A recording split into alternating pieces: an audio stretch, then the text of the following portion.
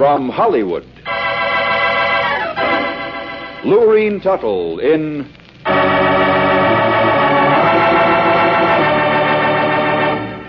The Unexpected. The Unexpected. The Unexpected.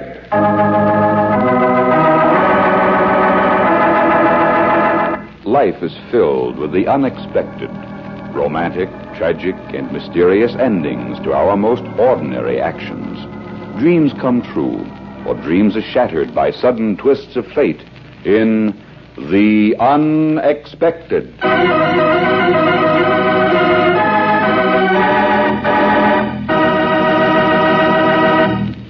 But first, a word from your announcer.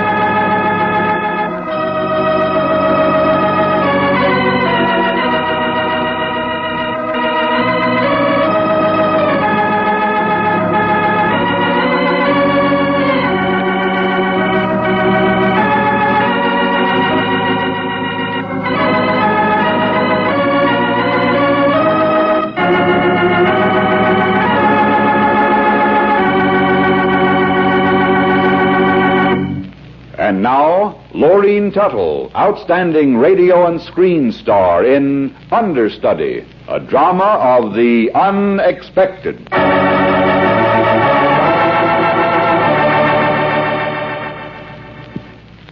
All right, Stephen, you've won. You've convinced them all that I'm insane. They wouldn't have believed you if it weren't true, would they, Stephen? And I'll tell you a secret. I think they're right. I think I am mad, because if I weren't, I'd never be able to take this penknife and slash your precious oil paintings, would I? Now you know what insanity means.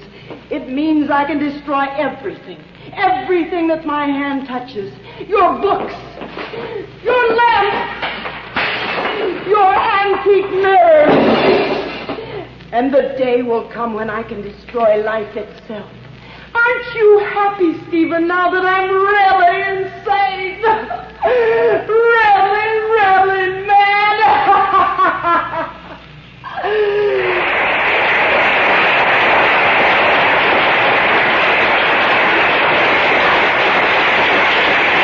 And the great Marian Danton has finished another performance. How many curtain calls will she take tonight? 6, 7, 8 curtain calls for a cheap, phony job of acting that a second-rate amateur would be ashamed of. But because she's Marian Danton, they'll clap until their hands are raw. And just because I'm an understudy, they'll never know how that part could be played. But I won't get the chance. No, I'll stand here in the wings night after night, waiting for the opportunity that will never come. Never.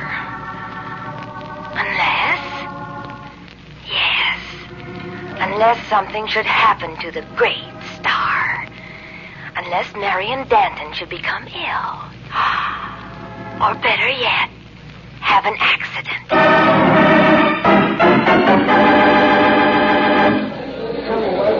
Wonderful tonight. Joyce! Oh, Joyce, would you come into my dressing room, please? Of course, Miss Danton. Oh, and close the door, darling, or the place will be simply swarming with autograph hounds. Thank you. I'm simply exhausted. You have no idea what a performance like that takes out of one. No, I really haven't. That's why I asked you to come in. My maid's been called out of town, and I wonder if you'd be good enough to help me into my street things. Now, I know you don't have to do it, but being my understudy, I didn't think you'd mind. Mm-hmm. After all, you haven't done any acting to earn your salary, and it doesn't seem likely you will, does it, darling? I really have no idea. Now, don't tell me you're one of those understudies who secretly prays that something might happen to the star. Oh, you aren't like that, are you, Joyce? No, Miss Danton, I'm not like that. Well, I'm so glad to hear it. Oh, darling, just unzip me and give me those stockings over on the chair, and then I'll want that blue and white in the closet. You know where it is. So I'm a dresser now, handing Miss Danton her street clothes, helping her into her coat, and smiling sweetly as she leaves the theater.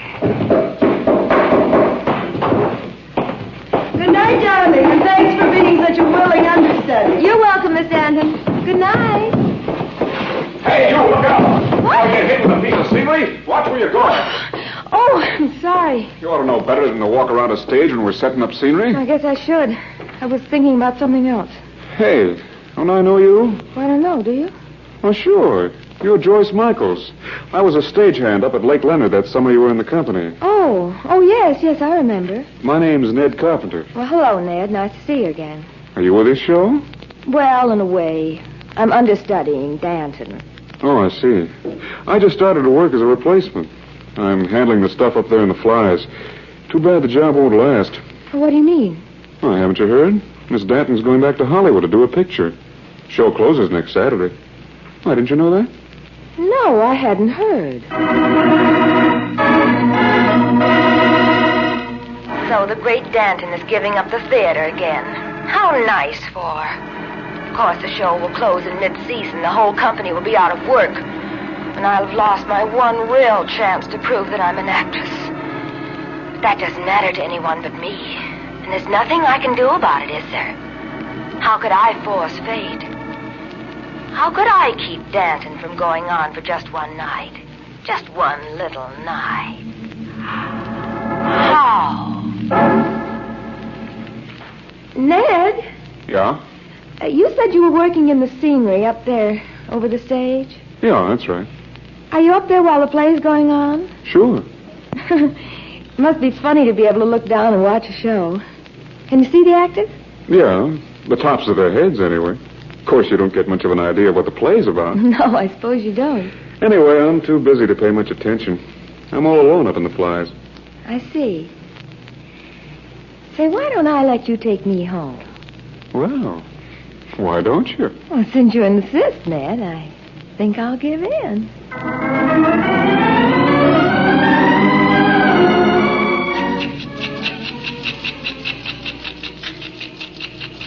Can I give you another drink? Why not? That's what I say. Why not? Hey, you've changed your dress. You weren't wearing that thing before. Oh, well, I like to be comfortable. Yeah, and I like you to be comfortable. Hey, I'm sorry I haven't been on the show before. We could have spent a lot of time together. Yeah. But I suppose you'll still be in town. No, Ned. Not when the play closes. Oh? No, I'm broke. I'll have to give it up and go home. Oh, that's a shame. Oh, I don't care so much for myself, but all the rest of the cast and the crew, they'll be out of work, too. Yeah. Well, that's show business. Yeah, but this time it isn't fair, Ned, because the show could continue. I know every line of Danton's part, and I could play it so much better than she ever could. And, well, the play could run on without her. Oh, I believe you, Joyce. You don't have to convince me. If I just got the chance to play it once, they wouldn't have to close the show. And everybody would know how good I was. Oh, but you can't play it unless something happens to Danton. Well, how about you? Me? You mean... Sure. You're up over her head. Suppose something fell just as she was making her first entrance. You wouldn't have to hit her or anything, just maybe frighten her a little bit and get her so nervous she couldn't go on. And then... Yeah. Yeah, I see. Oh, darling, do you? Do you really? They couldn't blame you. It would be an accident. I'd play the part and we could go on being together. You'll do it tomorrow night, won't you, Ned? Just as she makes her entrance down that flight of stairs. A sandbag or anything can fall, and then I'll play the part. Oh, Ned, what a performance I'll be. Well, if it didn't work, I'd be out of a job next week anyway. Oh, you're wonderful, darling. You're wonderful. And you know something. What? I'm really glad you're such an agreeable guy. I'm going to try to follow your example.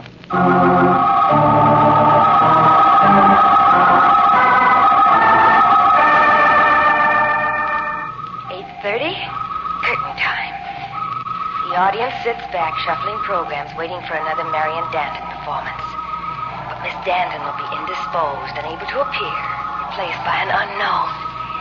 But by the time the show ends, they'll be applauding, giving curtain calls to a new star, to Joyce Michaels. 8:32. Danton sits in her dressing room. She rubs an extra dab of grease paint into the circles under her eyes, gives a silent jerk to her costume, and walks toward the wings. 8:35. Danton's walking up the backstage steps and across the platform to her entrance. Now she stands there waiting for her cue. She can't see Ned, far above her in the flies. Can't know the danger that lurks over her head. Ned looks down, just able to make out the white cap she's wearing. And then he raises his hand and something whips past Danton's face, falling, crashing downward. She's hurt. Not badly, but she can't go on. Now they're remembering me. Mr. Beaton, the stage manager, is walking toward my dressing room. In just a moment, he'll knock on the door, and my lucky break will step in and tell me to get ready for my first night on Broadway. Come in. Miss Michaels, Miss Danton's been in an accident. Oh? You'll have to get into costume right away. We'll hold the show for you. Oh, and Joyce, you will be able to play the part, won't you? Oh, yes, Mr. Beaton. I'll be able to play the part. Don't worry, I won't let you down. I can play the part very well. Yes, of course. Good luck. Oh, this is it. My big night has come at last.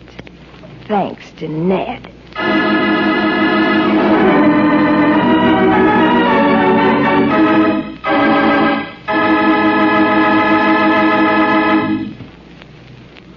You think the story is over, don't you? But wait. Fate takes a hand. Wait for the unexpected.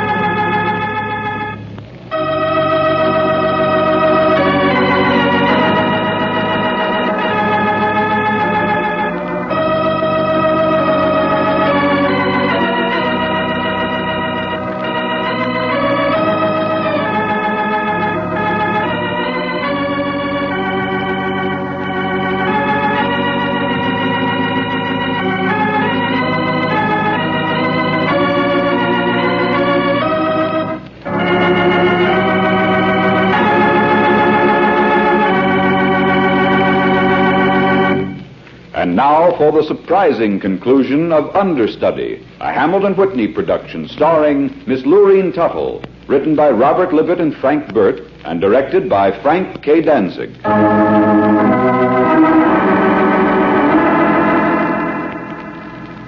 That's my cue. Now I smile, open the door, and step on stage for my first entrance.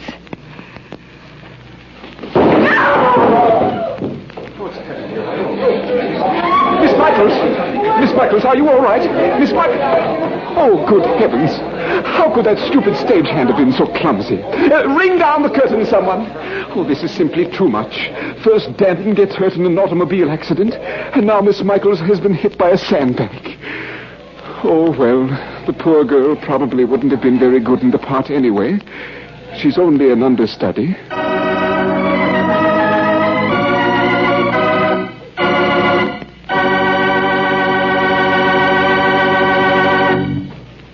Understudy starred Miss Lurene Tuttle.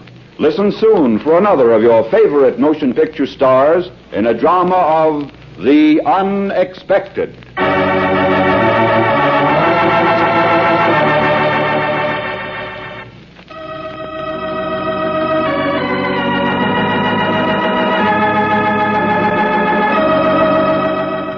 This program was transcribed in Hollywood